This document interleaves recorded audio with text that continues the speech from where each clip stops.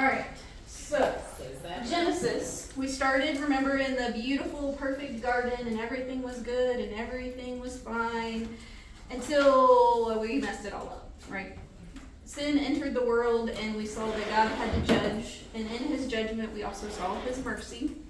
Last week, we witnessed humans' pride. Remember when they tried to build the Tower of Babel, and God had to scatter them all. And now in chapter 12, we are what we call the turning point, or the hinge point in Genesis. So we've gone from all of the whole world down to one little family, okay?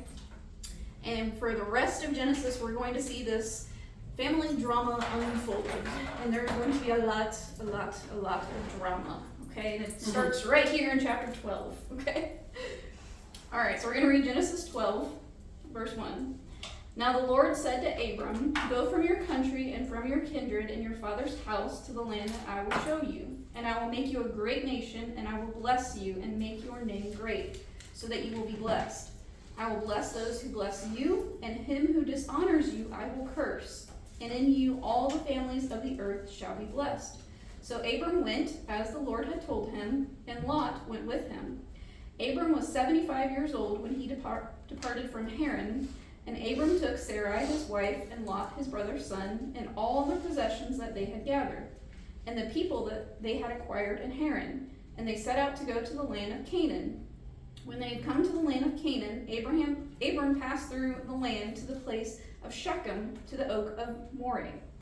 At that time the Canaanites were in the land, and the Lord appeared to Abram and said, "To your offspring I will give this land." So he built there an altar to the Lord who had appeared to him. From there he moved to the hill country that is east of Bethel, and pitched his tent, with Bethel on the west and Ai on the east. And there he built an altar to the Lord and called upon the name of the Lord. And Abram journeyed on, still going toward Negev. Okay? So we learn in chapter 11 that Terah, who is Abram's father, is the one who actually moves them from Ur to Haran. Okay? And this takes place after Haran, his son, dies. Yes, that's confusing. His son Haran dies in Ur. They move to Haran, the place. Okay? And they're heading to Canaan, but they have to kind of go a roundabout way to get there because there's a big desert in the way. So they just can't cut across the desert, which probably would have saved them a lot of drama and time and a lot of issues, but they can't, so they have to go around the desert. So they go up to Haran and then back down to Canaan. Well, when they get to Haran, his father Terah decides, this is pretty okay. I like it here. We're going to settle here. Okay? And then Terah dies, and God here speaks into Abram's life and tells them, it's time for you to go on and continue on to Canaan, because that's the land that I had for you. So he tells Abram, go. Leave your country, leave your family, leave everything that's familiar to you, and go to Canaan. Okay? So that is what God has told him. But did you catch that it's not the voice this time? What did we see in this passage? God appeared to him. Isn't that interesting? He doesn't just call from a voice down from heaven like we have seen before. He actually appears to him. So that's that physical form that we were talking about again, that we see pop up in Genesis a lot. That pre-incarnate form of God. Okay? So that was actually God there. Mm-hmm. Okay. Yeah. So Did he take his family with them? Yes. Because he But not his whole family. Not the extended family. Just his immediate wife and okay. Yes. Okay. I always thought, so in the first verse it says, go to the land that I will show you. Mm-hmm. So he already knew where he was going. Well, Terah was moving them to Canaan, which is pretty interesting that we don't hear that God told them to go to Canaan until Terah dies, and then the Lord says, keep on going and I'll show you where to stop. Gotcha. Because that's where they were kind of headed anyway. And it was a very prosperous area, so it kind of does make sense that that's the direction that they were heading. So we see Abraham step out in faith, but do you notice that he kind of partially only obeys? God told him to leave his extended family, which would have included Lot. But Lot tags along because his father has died and his two sisters are married off. So he doesn't really have anybody. Though he could have stayed and established in Haran, he chooses to follow after Abram. And we'll see that that causes some issues. That's the start of some family drama there, okay? So Abraham travels and he stops at different key places that are going to become important cities later in Genesis. We have Shechem, we have Bethel, we have Ai, we have all of these cities that the Lord kind of stops Abraham and he builds altars there and claims it for the Lord. Okay? Alright, so verse 10.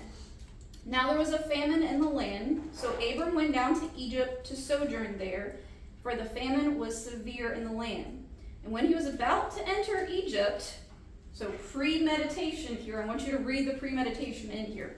He hasn't even gone into Egypt yet. They're at the door, okay?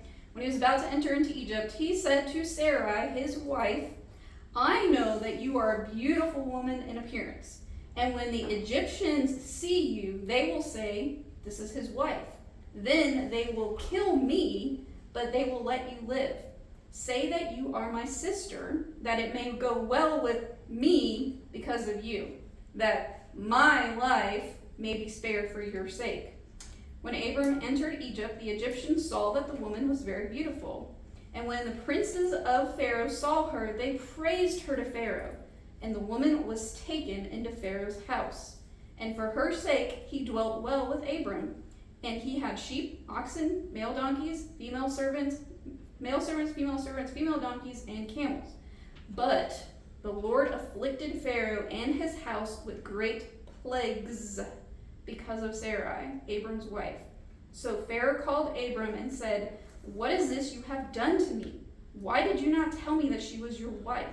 Why did you say, she is my sister, so that I took her for my wife? Now then, here is your wife, take her and go. And Pharaoh gave men orders concerning him, and they sent him away with his wife and all that he had. So a faithful life does not mean we don't misstep sometimes. Okay, so we have this incredibly righteous man, but he has some missteps, and he lets fear cloud his faith here. Okay, so there's a famine in the land where he is, and he chooses to go down to Egypt. Now, Egypt is a very prosperous land. They have bread, they have the Nile, they have all kinds of riches there. Okay, and we're going to see that that decision was also done in fear. That God told him that he was going to be blessed, that he was going to have descendants, that he was going to have land, and yet instead of trusting God to handle the famine, he chooses the logical choice to go to Egypt and to survive. Okay? So he has this premeditated lie about his wife, and what we find out later is that it's a half-truth. She is his half-sister, but she is his full wife. So it's a full lie and a half-truth there. Okay? Well, the men of Egypt just fall in love with this woman. She's so beautiful. Anybody want to guess how old she is? She's 65, I was y'all. going to say 65. She's 60, 65 for y'all who are Basically, counting. he was 75. Okay, yeah. She has a whole army of people wanting to take her. She's 65, okay? But she's beautiful. She's an absolutely gorgeous woman, okay? So Pharaoh takes her into her house, wanting to make her one of his wives, because he's got a lot of wives, okay? But he wants her to bring in here. We're going to be allies. I'm going to take this woman, and she's going to be great. No, she would not have had a choice. Abraham would have. He could have said, this is my wife, hands off. She's already taken. But would they have killed him? Or was he just a possibility? It's a possibility. Okay. But what do we see? That when the Pharaoh takes her, he deals well with Abram. So we're not sure if that was even what was going to happen. We're not told what was in Pharaoh's heart. But God intervenes with plagues, multiple. The first time, but not the last time. Okay? Mm-hmm. And did you also notice what Pharaoh says to Abram? He says, take your wife, take her and go. He does not tell the Israelites that. Remember?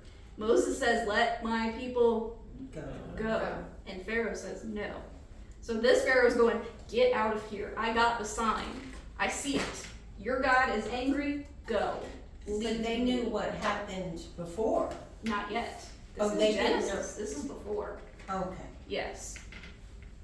Okay. So Egypt might worship other gods, but they're not stupid. They recognize the sign. They send Abram and Sarah away, but they don't send them empty-handed. Abraham leaves Egypt with more wealth than when he entered. Okay, so they give him kind of gifts to appease his God. We're going to make your God happy. Get out of here. We're going to, clear up all of these issues. Okay, But these blessings that were supposed to be part of Abraham's blessings turn around and become a source of contention with his extended family, especially one little Egyptian female servant that we're going to read about later. Okay? But we are going to read about the very next thing that happens when they leave Egypt in chapter 13. So Abram went up from Egypt, he and his wife and all that he had, and Lot with him into Negev. Now Abram was very rich with livestock and silver and in gold, and he journeyed on from Negev as far as Bethel to the place where his tent had been at the beginning. So he's kind of backtracking and going back to where he was, between Bethel and Ai, to the place where he had made an altar at first. And there Abram called upon the name of the Lord. And Lot, who went with Abram, also had flocks and herds and tents, so that the land could not support both of them dwelling together, for their possessions were so great that they could not dwell together. And there was strife between the herdsmen of Abram's livestock and the herdsmen of Lot's livestock. All that time the Canaanites and the Perizzites were dwelling in the land. Then Abram said to Lot, "Let there be no strife between you and me, and between your herdsmen and my herdsmen, for we are kinsmen. Is not the whole land before you? Separate yourself from me. If you take the left hand, I will go to the right. If you take the right hand, then I will go to the left." And Lot lifted up his eyes and saw that the Jordan Valley was well watered, everywhere like the garden of the Lord, like the land of Egypt, in the direction of Zoar. This was before the Lord destroyed Sodom and Gomorrah. So Lot chose for himself the Jordan Valley, and Lot journeyed east. Thus they separated from each other, and Abram settled in the land of Canaan, while Lot settled among the cities of the valley and moved his tent as far as Sodom. Now the men of Sodom were wicked, great sinners against the Lord. The Lord said to Abram, after Lot had separated from him, "Lift up your eyes and look from the place where you are, northward and southward and eastward and westward, for all the land that you see I will give to you and to your offspring forever. I will make your offspring as the dust of the earth, so that if anyone could count the dust of the earth, your offspring also shall be counted. Arise, walk through the length and the breadth of the land, for I will give it to you." So Abram moved his tent and came and settled by the oaks of Mamre, which are at Hebron, and there he built an altar to the Lord. Okay, so these riches that were meant to bless turn into contention among everyone, and the flocks and the herds and everything's just getting out of control, and the land just can't handle all of them together. So rather than fighting, Abraham comes up with a diplomatic solution. He tells Lot, pick a direction. Anywhere you want to go, it's yours. Okay? So Lot looks and he sees this beautiful green valley, and it reminds him of the Garden of Eden. And it reminds him of Egypt that they just came from, and it's lush and it's beautiful. So he decides to head that direction. Okay? Choosing to pitch his tent somewhere where wickedness was already established. So that was not part of his decision-making process. All it was, this is beautiful pasture land. I can multiply But would my he have flocks. known that they were evil there? Yeah, it even tells us there, now the men of Sodom were wicked, great sinners against the Lord. Right, So we read it that, was but did well he know known. that? Oh yeah, It was well known. it was Okay. well known. Okay. You know, all we have to do is say Las Vegas already has a reputation. Yeah, Sodom and Gomorrah already had a reputation. Those aren't people, that's land. They're cities. Sodom and Gomorrah are cities. Like Las Vegas, New York. How did Lot know about the Lord's garden? Isn't that interesting? So we would have had the verbal stories that would have passed down through the families. Yeah. Okay. So God had Abram explore the promised land. He literally has him walk around this entire piece of property as if it had already belonged to him. Imagine if the Lord told you to do that. Like, he took you down the street and told you to go in somebody's house and be like, this is going to be yours one day. I want you to walk around as if it's yours. There are people living there, people who have established lineages and history here. And yet this guy is just walking around as if he owns the place, okay? Because this is what the Lord is promising him. And he pitches a tent and builds an altar to the Lord, and he worships the Lord, okay? okay? Again, in a place that's not his and will never be his, Exactly. but will be his family's. Okay? So when, like here and then previously when it says the Lord said, which is different than the appeared, Mm-hmm. I mean, is it truly a voice or is it just like? Abraham would have heard an audible voice because that's how he would have known that it was different from his own thoughts. And so when we hear the Lord said, just as we have Moses in the burning bush, they would have heard an audible voice. Yeah. Which would have been really freaky. Could you imagine if you woke up tomorrow and the only way that you would know that it was the Lord's voice is if you heard it in your ears? That they don't have the Bible, that they have stories. Right. But in order for it to be known that it was the Lord's voice, that you would have had to hear it. Yeah. Or, Jesus show up and tell you that this was going to happen. Okay?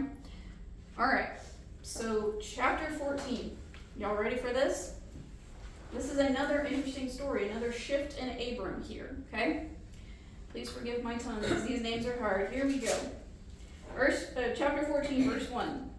In the days of Amphrael, king of Shinar, Arok, king of Elisar, Kedorlaomer, king of Elam, and Tidal, king of Goyim.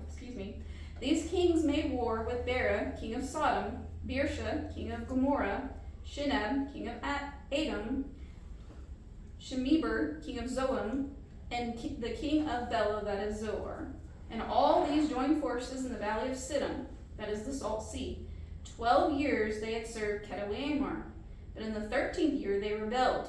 In the 14th year, Kedorlaomer and the kings who were with him came and defeated the Rephaim and Ashtaroth-Karnaim, and Zuzim and Ham, and Eman and Sheph-Carithaim, and the Horites in their hill country of Seir, as far as El Paran on the border of the wilderness.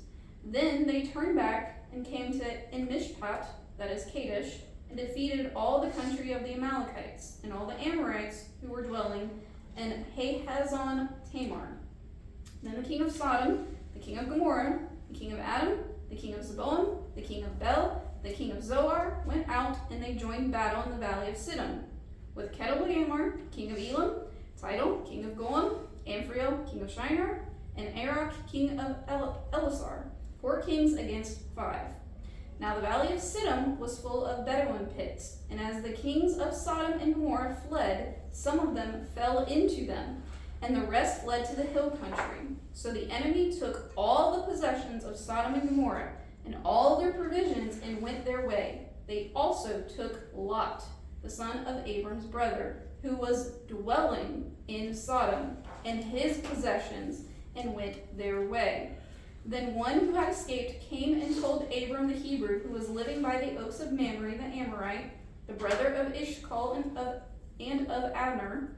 These were allies of Abram. When Abram learned that his kinsmen had been taken captive, he led forth his trained men born in his house, 318 of them, and went in pursuit as far as Dan. And he divided his forces against them by night, he and his servants, and defeated them, and pursued them to Habbah, north of Damascus. Then he brought back all the possessions, and also brought back his kinsman Lot with all his possessions, and the women with the people. Okay, Good job. so what does all that mean? So we now see that Abram and Lot are in the middle of a war that is not their war. Okay, so these are cities that would have been around them. Okay, and what we're told is that at some point there was this division. So they had divided amongst themselves, and they were paying tribute to King Kedorlaomer. Okay, as in like, if we pay tribute to you, y'all will leave us alone. We won't have to go to war. Well, after a few years, these kings decided to stop paying tribute. They said, we're done, we're over this, we're not doing this anymore. Okay, basically you aren't king over us, you can't tell us what to do.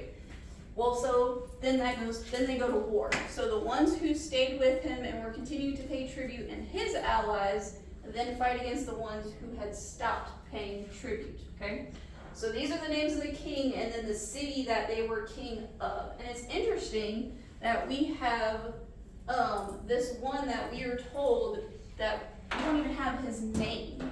And it's kind of interesting because Zohar literally means insignificant. So he is so insignificant and his city is so insignificant that they don't even have his name recorded down for history. Okay, so it's kind of interesting here that we have that little side note. Oh, and I missed one of our guys here. Hold on. So we do have 5 kings against 4. We're missing a guy. I forgot Jenifer. For those of you who are taking notes. He is actually the king of Zeboim. And this one is king of Abram. Okay, so we have 5 kings against 4, but these are bigger cities, probably have been collecting tribute for a while, so they probably have reserves. And these are smaller cities, but there's 5 of them, okay? So there is this war that happens between them, okay? Question. Go ahead. When you say collecting tribute, Mhm. like money, funds, things, people? All of it. So anything that they would then have to pay to be like, hey, if you don't invade us, we'll give you X, Y, or Z. So that could have been people, that could have been gems, it could have been clothes, it could have been land, it could have been money. So tribute just means we give you this They in gave exchange for something in safety. exchange of. Yes. Yes. Right. In other words. In other words, yeah. All right, so what we have found out that Lot, he had pitched his tent outside of Sodom in the valley, and then we find out that he moved into the city of Sodom. And when this war goes down, these other kings come and they take over Sodom and they take the people and they take all the possessions and they run away, okay? So then they have this battle that's out in one of the valleys, and there's even what we would call tar pits out there. Okay, that's pitch, that's pitum, that's all these different names. But some of them had fallen into them, and that's why they were able to go and take over their cities and their people, because they had died falling into the tar pits. Okay? So somebody escapes the war and they go to Abram and they tell Abram, hey, your nephew has been taken. You need to come get him. There's this war that has broken out. Well, Abram doesn't even hesitate. He gathers his men. There's 318 of them. Okay, that means that Abram owned a lot of people. He had a lot of things and a lot of possessions. Okay, so he goes to war and he gets his nephew back. Okay, and it also tells us that he was able to get all of the possessions and all of the people, including the women, back. Okay, so that's very important that he restores everything from the city back. Okay. So, choosing to pitch his tent towards a place known for wickedness doesn't quite work out for Lot, okay? But he is restored, okay? And all of the goods and everything is back. So, you would think that the story would just end there, but we have another little interesting event that happens right after this battle takes place, okay? So, the battle has been taking place. Abraham is on his way to return all of the things to the kings of Sodom and Gomorrah, give them all of their things back. So they're going to meet in a neutral location for him to return everything back. And here's what happens when Abraham gets there, verse 17. How old is Abram? Like, how many years have passed now? He's at least 75, so we're not sure exactly how many years after he gets to Canaan, how many years this happens. Okay. Yeah. All right, so verse 17. After his return from the feat of Kedorlaomer and the kings who were with him, the king of Sodom went out to meet him at the valley of Sheva, that is the king's valley. And Melchizedek, king of Salem, brought out bread and wine. He was the priest of the Most High, of God Most High. And he blessed him and said, Blessed be Abraham by God Most High, possessor of heaven and earth. And blessed be God Most High, who has delivered your enemies into your hand. And Abram gave him a tenth of everything. And the king of Sodom said to Abram, Give me the persons, but take the goods for yourself. But Abram said to the king of Sodom, I have lifted my hand to the Lord God Most High, possessor of heaven and earth, that I would not take a thread or a sandal strap or anything that is yours, lest you should say, I have made Abram rich. I will take nothing but what the young men have eaten, and the share of the men who went with me. Let Aner, Eshcol, and Mamre take their share. Okay? So they get to the valley, and they find that the king of Salem has come out to greet them. And he's going to throw them a little party. He's providing bread and wine to say welcome. Okay? And what we're told is that Salem means peace. So he is offering them a safe place in the valley to meet and exchange these goods, and also be an eyewitness to this exchange. Okay? So we are told that his name is Melchizedek, and he's actually a priest king who is serving God Most High. This is 400 years before the Levites. Okay? And he is the king of this little city. All right, so he brings out bread and he brings out wine, and he gives a blessing onto Abram. He basically confirms everything that God has told Abram. This priest king reaffirms it. Yes, you are going to be blessed, and that God has been with you in this defeat. So Abraham responds in worship by giving 1/10 of all of his possessions to this priest king. Isn't that really interesting? Even before the command of the Levites and in Deuteronomy and Leviticus to give 1/10 of the I was tithes. gonna say, doesn't that come before everything else? And I don't know Yes. much, but that rings a bell. Yes. Abraham makes this decision to do this as a way of saying, I acknowledge your position, I acknowledge that this is what God is doing, and I am worshiping through this giving. Okay? And he doesn't even live there, but he is recognizing the authority of this priest king. Okay? So when the king of Sodom offers to make Abraham rich, I'll give you more. Thank you so much for saving all of my people and restoring all the things back to me, as anybody would. Abraham refuses. Okay? And he tells them he's already taken an oath. I'm not going to take anything from anyone, at least anyone say that I got rich by humans instead of what God has blessed me with. So he literally says, I'm not even going to take a thread. I'm not going to take a sandal strap from you. Okay? You keep everything. I'm restoring it all back to you.